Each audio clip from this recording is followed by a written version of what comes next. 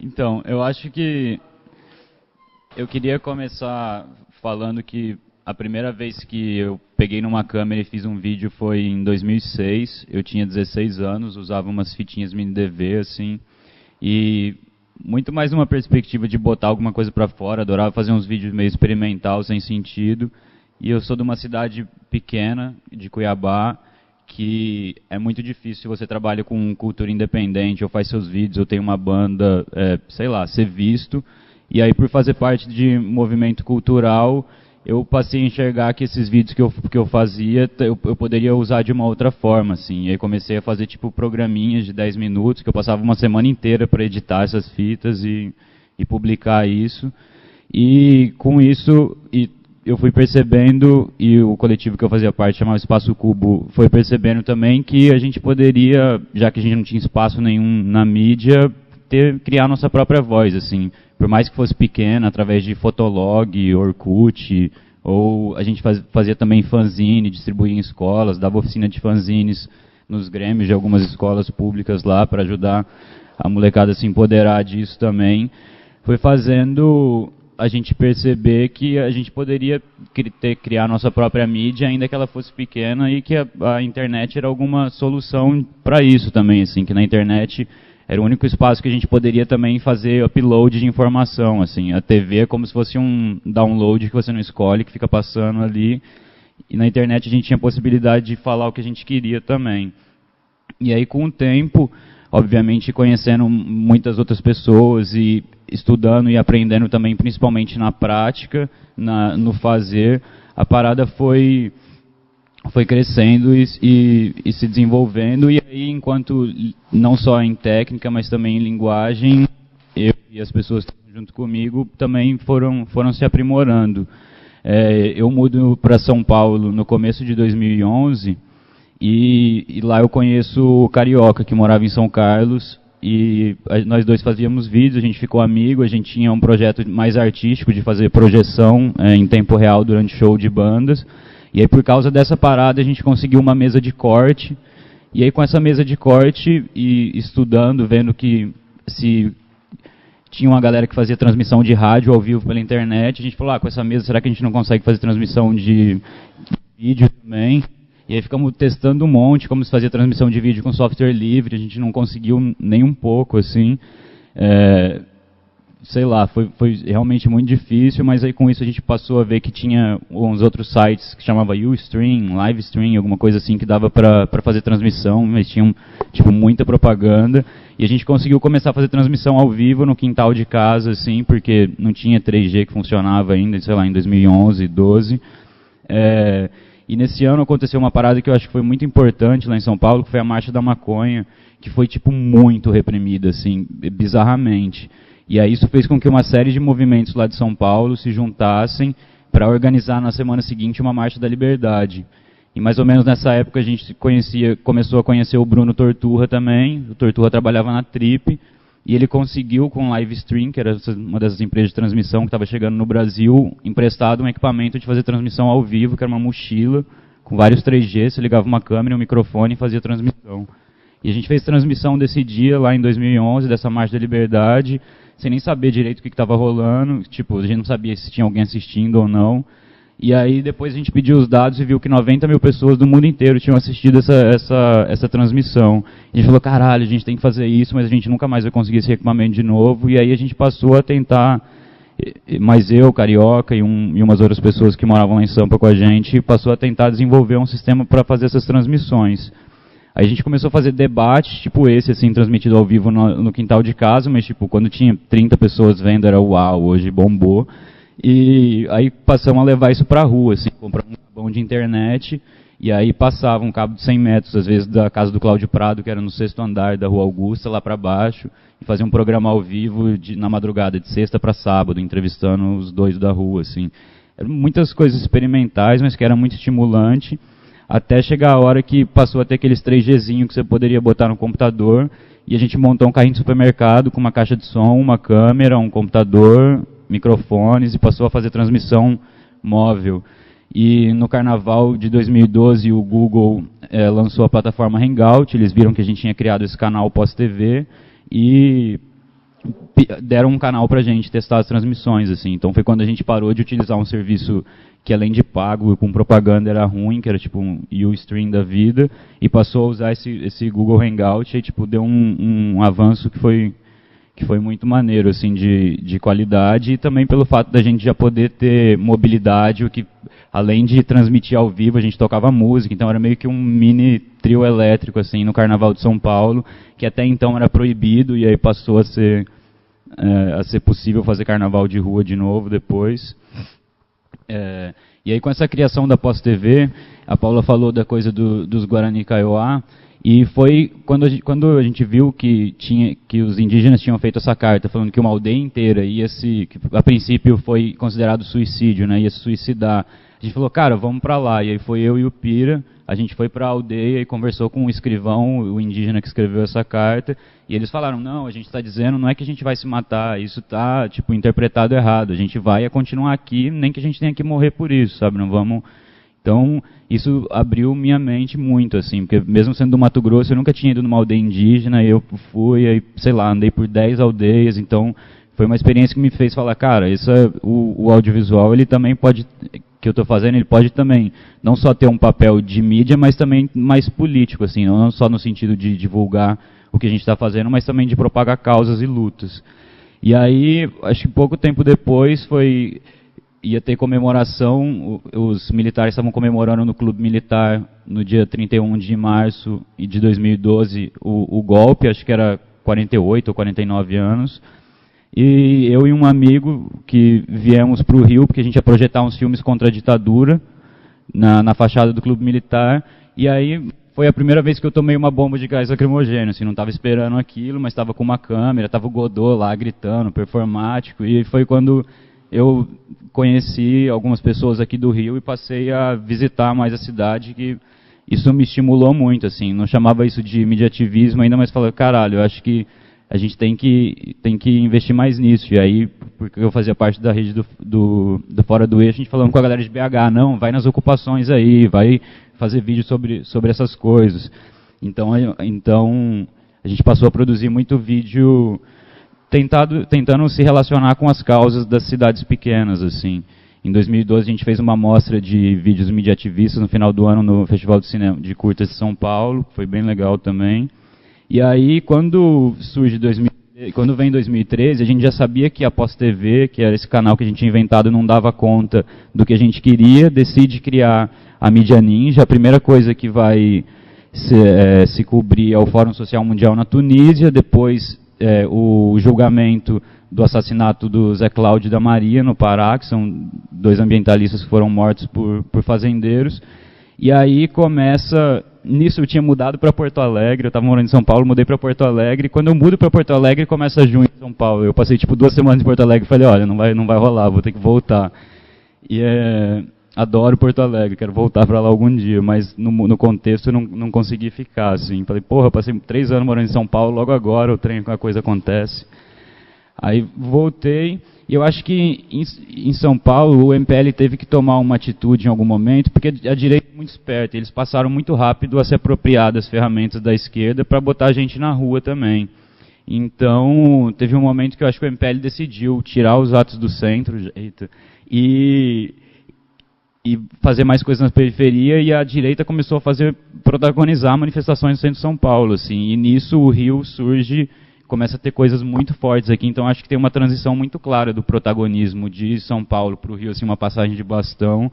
E aí foi um momento também que, como o Ninja já tinha crescido muito, e as manifestações no Rio estavam crescendo muito, você via muita gente cobrando na página, tipo, caralho, cadê vocês no Rio, assim. Então a gente decide vir para cá também e começar a fazer o que a gente estava fazendo aqui, já junto com vários outros parceiros que estavam assumindo papéis de colaboradores, tipo a Júlia Mariano, uma galera que depois fundou o coletivo do Carrato, como que era o nome? Carranca, isso, Carrato. E então, aí a partir disso, um monte de coisa acontece, eu conheço todas as pessoas que estão aqui, um monte de treta acontece, E eu acho que por mais que, tipo, a gente se degladie, saca? E, tipo, tem momentos que tá todo mundo, às vezes, já bêbado e gritando, não, caralho, você tá errado, não, você que tá errado. Eu acho que os momentos mais bonitos são quando a gente consegue, mesmo que por acaso, fazer alguma coisa junto, assim. Você vê esse caso do Bruno, não foi um vídeo que ninguém fez, assim. Em algum momento eu baixei um zilhão de vídeos do YouTube, botei junto e postei uma parada, mas aquilo lá não é nada que eu fiz, sabe? Eu não filmei nenhum daqueles planos, assim. Eu acho, e foi uma parada que foi muito importante, que não só tirou alguém que estava sendo acusado de forma muito errada, mas como também fez a Globo ter que botar a pauta das manifestações no jornal 2 dias seguidos, de um jeito diferente do que eles vinham pautando até então. E um outro momento que eu gosto de destacar, que eu acho que foi muito foda e que estava todo mundo junto, produzindo algo em conjunto, mesmo que na hora que a gente estava fazendo a gente não sabia, foi o Urutau, que é um filme sobre a última remoção da aldeia Maracanã, que está tipo, muito quase pronto e que eu não vejo a hora da gente poder mostrar ele, mas que foi uma sequência de 3 ou 4 dias em que tinha a todo momento tinha sempre alguém filmando, e em vários momentos tinha tipo 10 câmeras filmando uma imagem. Você tem momentos tipo quando o André foi preso, parece uma cena de um filme de ficção, de aventura, assim, de rouba banco, Matrix, que tem muitos cortes, muitas câmeras. Então, eu acho que a gente tem que buscar esse meio termo entre também conseguir enxergar não só os defeitos, mas as potências do outro e saber nos reconhecer nas nossas qualidades, assim. Uma coisa que eu sempre tive muito para mim foi que a gente tem que tentar falar para fora do campo de esquerda que a gente já fala, ou de um campo mais à esquerda que a gente já fala, mas sair para fora dessa bolha.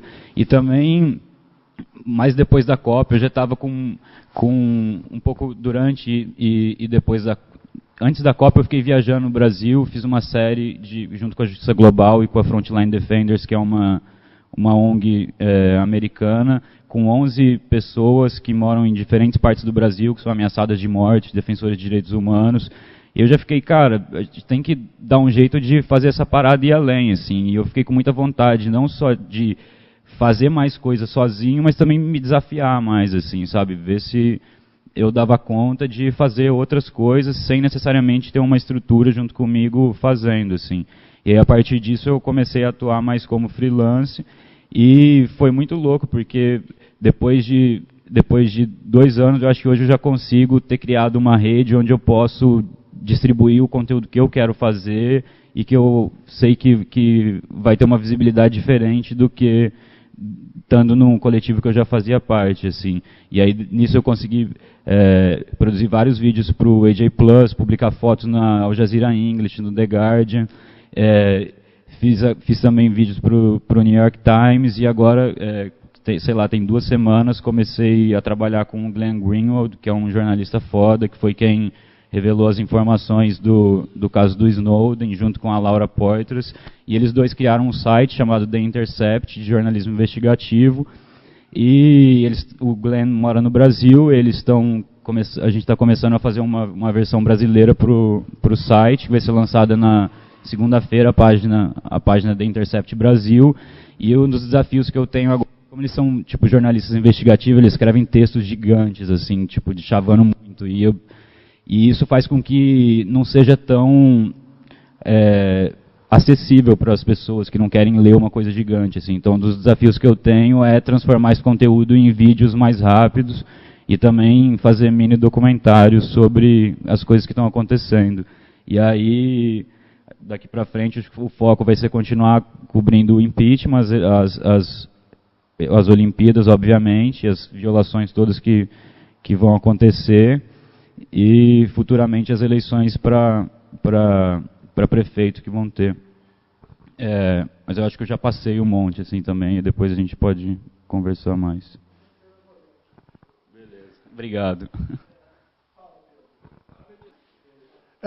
Bom, eu vou seguir um pouco o porquê de eu estar aqui, para mim já é estranho. Eu sempre falei isso para o Marcelo, quando ele me entrevistou, eu sempre coloquei isso. Ainda mais no momento agora em que eu não tenho a Facebook, e a gente fala de Facebook, né, como né, o lugar onde tudo centrífuga e é puxado ali, né? E eu não estou atuando em rede social, o meu discurso, que se ele foi algum dia propagado em certa escala, que é incontrolável, né? Porque isso é uma das características da rede, né? Você não sabe o que vai ser incorporado não por outros discursos, se vai ser propagado, compartilhado. Eu também nunca me vi mediativista, né? Então eu falei para ele, eu sou um homem com uma câmera. Então, na verdade, um pouco como a Paula falou, o Tiago também, trajetórias individuais, né? No meu caso, também muito claro, quando eu falei com você da coisa do indivíduo, né, que você pontuou aqui no começo, porque eu tenho 39 anos, Guilherme Fernandes, formado em comunicação e trabalhando com audiovisual, direção há 20 anos, mais ou menos, projetos como freelancer sempre, e dirigindo e tal. E quando chega 2013, eu estava desconectado com a cidade, viajando a trabalho muito por conta da minha profissão, e eu voltei para o Rio um pouco antes, final de 2012 eu parei aqui, depois de viajar muito tempo, durante 6 anos trabalhando, viajando. Voltava, mas não ficava. E fui tomando contato com o que estava acontecendo na cidade. Sou ciclista, então você vai sentindo a cidade, você passa, você vê o buraco, você vê ali, eu vendo a coisa da Aldeia Maracanã, um dia eu passando por ali, eu vi um burburinho acontecendo, e quando eu cheguei em casa tinha já uma transmissão na internet, de um stream. E eu comecei, foi da Aldeia Maracanã que foi citado aqui, né? Que a Paula estava, que aqui no Rio tem esse momento que você... Para mim foi um choque, eu falei, caramba, que loucura isso, né? Porque você vê ali pessoas, enfim, de chinelo e de aparências diferentes, cores diferentes, tamanhos diferentes, né? Origens sociais diferentes. A gente, Rio de Janeiro, né? Você fica expert em ficar caçando, porque tudo é muito dito por territórios, porque a cidade ela é partida mesmo. E você vê ali, de repente você vê, eu vi vídeos, depois eu vi vídeos, eu tinha Facebook, mas eu não usava. Só para deixar claro, eu tinha Facebook e não usava. Eu fiz ele quando eu fiz uma viagem para fora do Brasil para postar fotos para os amigos, assim, não era uma ferramenta que eu usava. E aí eu vi aquilo na rede social, vídeos, o stream, e eu falei, cacete, que loucura, porque fala-se muito em desproporcionalidade, né, em despreparo, né, da polícia militar, né, do agente público de segurança pública do Estado, né, seja ele estadual, federal, municipal, mas na verdade... O que a Paula fala de diálogo, mas há, na verdade, uma estratégia de você acabar com a possibilidade de diálogo. Na verdade, isso acontece quando você... E não é nem desproporcional, é algo que está na ordem do inaceitável. Quando você pensa só nos valores do que custou aquilo ali e no dano que ele está causando aquelas pessoas, né? A televisão ela não mostra o quanto que aquele gás que parece um talco, um pó mágico, né? Aquele negócio branco que sai assim, o quanto que aquilo ali intoxica a pessoa, o quanto que aquilo ali pode fazer a pessoa morrer, porque ela pode cair no chão desacordada com gás de pimenta e pode ser atropelada, ela pode infartar, a língua pode enrolar, enfim, é tóxico. E eu vi aquilo ali, e eu vi as pessoas gritando e falei, caralho, que loucura, tem que ir lá, e fui lá ver. Na época eu não estava filmando, eu nem tinha celular que filmava. Na época. E aí foi assim, fui lá, vi, comecei a ficar antenado no Facebook o que estava acontecendo. Moro perto do Cabral, do Palácio do Guanabara, perdão, que é chefe do governo estadual aqui no Rio de Janeiro, no bairro de Laranjeiras ali e tal. E um dia eu estava em casa e estou ouvindo... E fui descer para ver. E era uma manifestação dos servidores públicos de saúde na frente do Palácio Guanabara. Estava com o meu cachorro, inclusive. E fui, e de repente, do nada, bomba, pai, tiro, pânico, e aí um aparato estatal, de novo, gigantesco, recurso público, já alocado ali, já tinha uma inteligência atuando para agir assim, porque era uma manifestação que não tinha corpo, tinha 300 pessoas, ela foi ganhando corpo aos poucos. Enfim, uma caça com carros, com motos, né, com balas, com bombas, com tanque. E você vira e fala, que loucura é isso, quer dizer... O que está acontecendo? E aí eu comecei a filmar com o celular. Nesse dia eu estava com o celular, filmei e tal, não sei o quê. E depois, mais um pouco, quando chega junho, eu fui a algumas manifestações, comecei a ir como cidadão com uma câmera.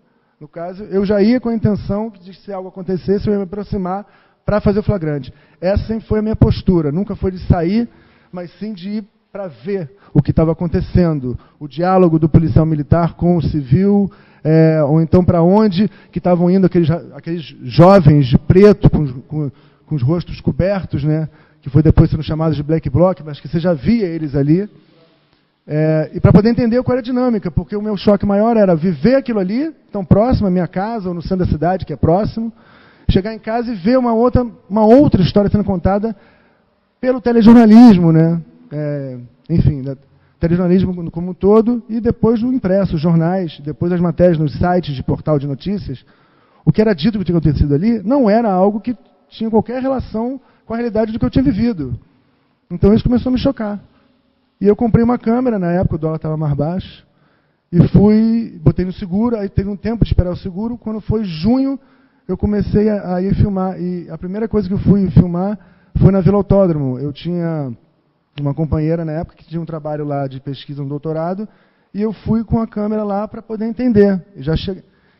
E é aí que está, por isso que eu falo, eu não sou mediativista, ele fala do mediativismo, né, como uma potência, né, como algo que nasce. Na verdade, você tem um dispositivo, e quando eu vi, eu estava gravando coisas ali, com a minha câmera, que eu falei, cara, isso é muito poderoso.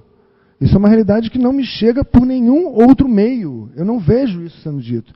Não vejo. Nem na minha rede social. Por acaso, a Vila Autódromo é uma comunidade que chegou a ter 3 páginas, teve uma que foi bloqueada pelo Facebook, teve um problema, enfim. Mas tem uma atuação na rede social que na época era muito tímida. Tá? E aí eu fui lá ver... Aquela história, você vai entrando em contato. Aí, aos poucos, daqui a pouco veio o 13 de junho, no Rio de Janeiro, que foi uma segunda-feira, que tem uma passeata dos 100 mil, no centro da cidade. De novo, você vê cores diferentes. Dia 17. Você vê cores diferentes, roupas diferentes, caras de territórios diferentes, classes sociais, idades diferentes. E mais que isso, uma pluralidade gigantesca de cartazes. Ao contrário do que foi dito depois, não eram pautas difusas. É que era tanta pauta concreta e objetiva que você tem que peneirar ali para poder saber o que está acontecendo. Né? Não era saúde, educação, não, era o IASERJ. O IASERJ, o governador expulsou pacientes do hospital do Estado, os servidores, com bomba, choque, numa noite de sábado, chovendo, e jogou eles na rua. Aí você, na manifestação, isso arrepia, né? Você na manifestação, você começa a ouvir essas pessoas, e você aponta a câmera. E você vira e você grava. E você vira, né? Naquela época ninguém recorria, não havia nem essa noção do Mídia Ninja, porque o Mídia Ninja, na verdade, ele já entra associado ao stream. O Mídia Ninja é uma prática de stream, como o Thiago bem colocou, né, nessa trajetória. É uma prática de trazer aquele fato em tempo real para quem está na rua. Para quem sabe o cara colar junto. Né, dele ver junto, e junto ali já mobilizar, para quem sabe aquela agressão ali, que está começando a ficar desmedida, assimétrica, muito violenta, que ela até cesse. Porque eu acredito que o papel do mediativista não é ele flagrar o crime acontecendo. Eu discordo de você nesse aspecto. É ele evitar que o crime aconteça. Denunciando e fazendo com que o poder público e a opinião pública, né, se dirija até ali para que cesse. Como o nosso maior problema no estado do Rio de Janeiro é o genocídio de pobres e negros, né, nas favelas e periferias. Né. O morto não fala, então não se discute, é o concurso. Matou, a pessoa não tem nem como argumentar. Quem conseguiu ficar vivo nessa história, teve muita gente que foi presa, ninguém foi morto, chamado de mediativista, né, mas quem conseguiu sobreviver a isso, cada um foi para um lado. Né. Mas o que eu vejo é que, na época, eu tinha um material na mão, eu estava ali e eu comecei a conhecer as pessoas entre bombas. O Thiago foi entre uma bomba, numa esquina. A Paula foi entre uma pausa para um cigarro, numa outra esquina que estava acontecendo alguma coisa. Eu não sou capaz de lembrar. O Miguel foi assim. Eu conheci